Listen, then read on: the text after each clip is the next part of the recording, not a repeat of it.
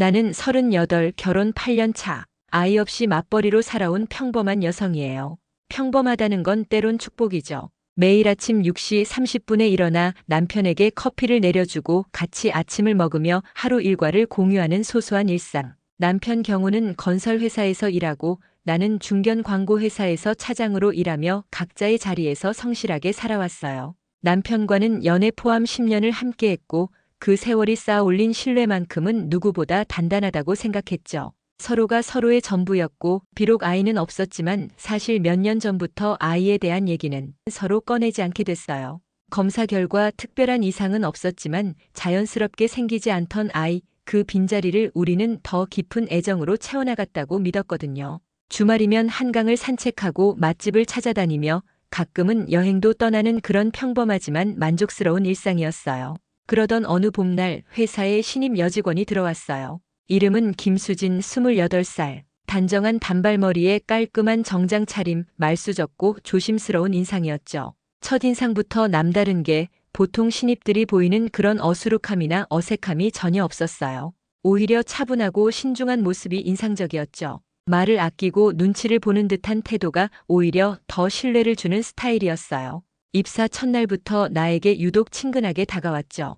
다른 선배들에게는 적당한 예의만 차리면서도 유독 나에게만큼은 특별한 관심을 보였어요. 차장님, 오늘 점심 혹시 같이 하실 수 있을까요?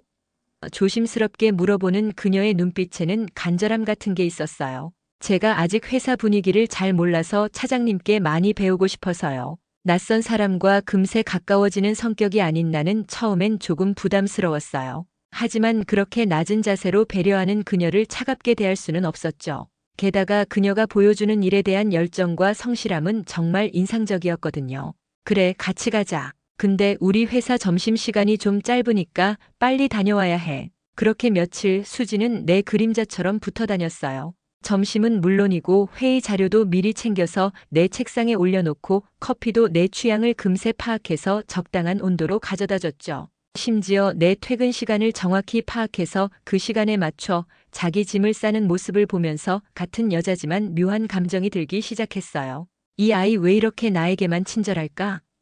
다른 팀원들과는 적당한 거리를 유지하면서도 나에게만큼은 마치 오래된 친구처럼 스스럼 없이 다가오는 그 모습이 불편하진 않았지만 이상하게 불안했어요. 처음엔 신입이니까 선배에게 잘 보이려고 하는 거겠지 생각했는데 시간이 지나면서 그 친밀함의 강도가 점점 세져가는 게 느껴졌거든요. 마치 나의 일거수일투족을 관찰하고 있다는 느낌? 언제 커피를 마시는지, 어떤 음식을 좋아하는지, 심지어 화장실 가는 타이밍까지 파악하고 있는 것 같았어요.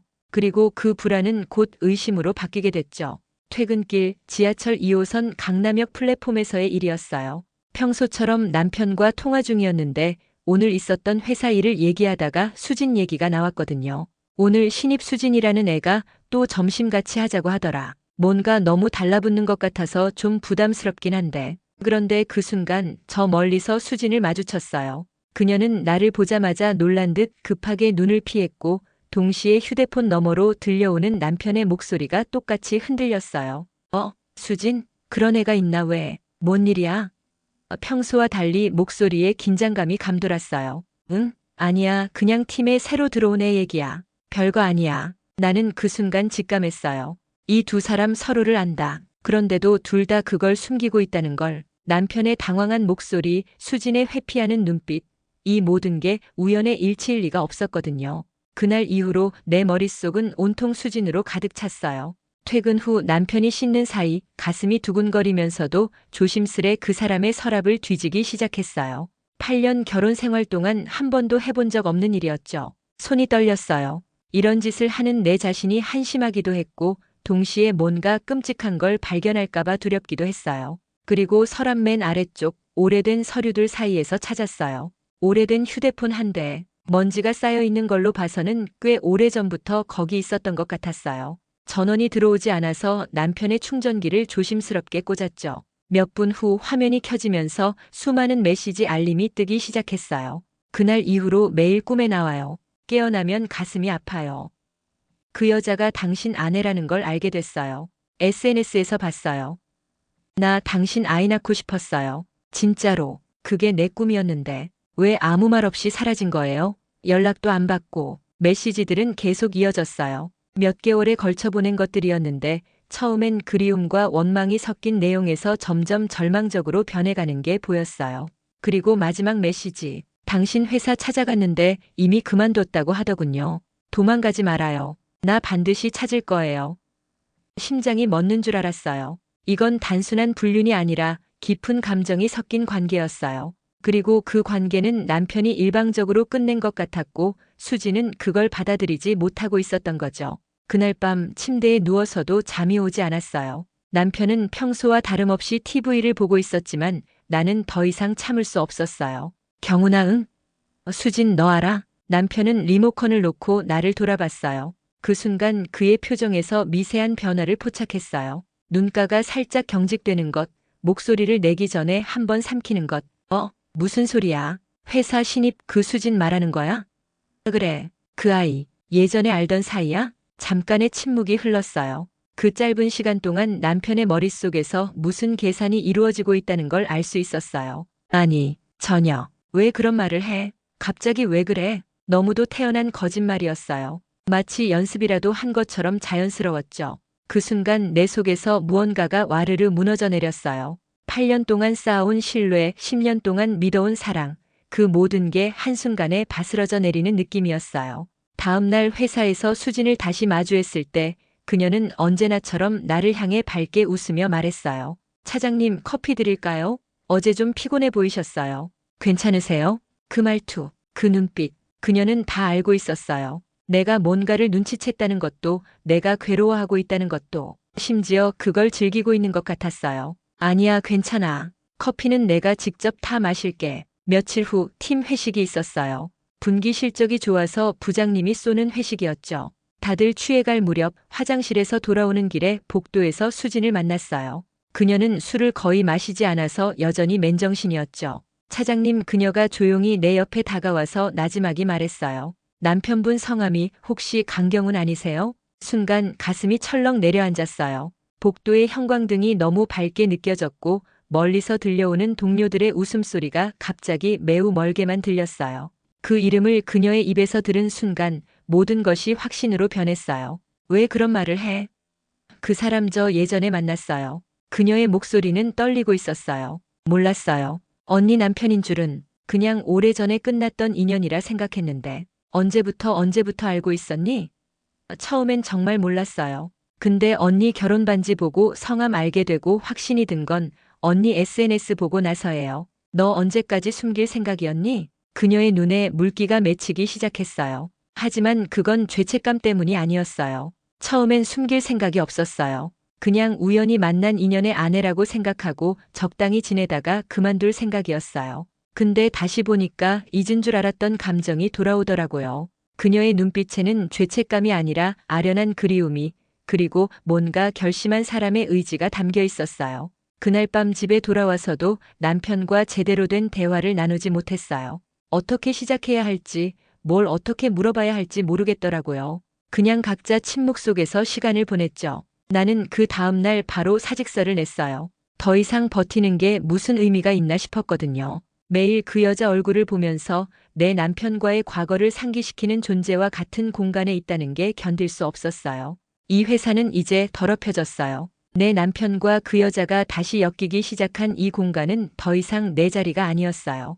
부장님은 갑작스러운 사직에 놀라셨지만 개인적인 사정이라고 하니 더 이상 묻지 않으셨어요.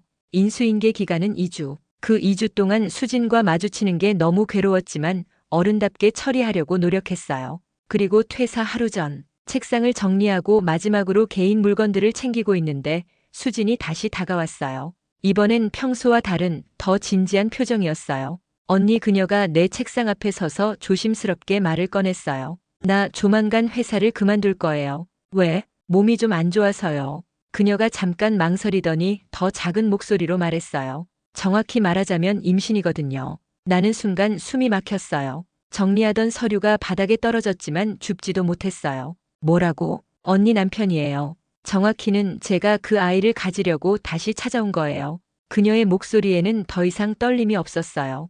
오히려 담담했어요. 처음에는 정말 우연이었어요. 하지만 언니를 보면서 생각이 바뀌었어요. 무슨 소리를 하는 거야? 사실 저 언니 SNS 다 보고 있었어요. 몇 년 전부터요. 언니가 결혼한 거, 아이 없는 거, 직장 다니는 곳까지 다요. 그래서 여기로 온 거예요. 내 머릿속이 하얗게 변했어요. 이게 무슨 상황인지, 지금 내가 뭘 듣고 있는 건지 이해할 수가 없었어요.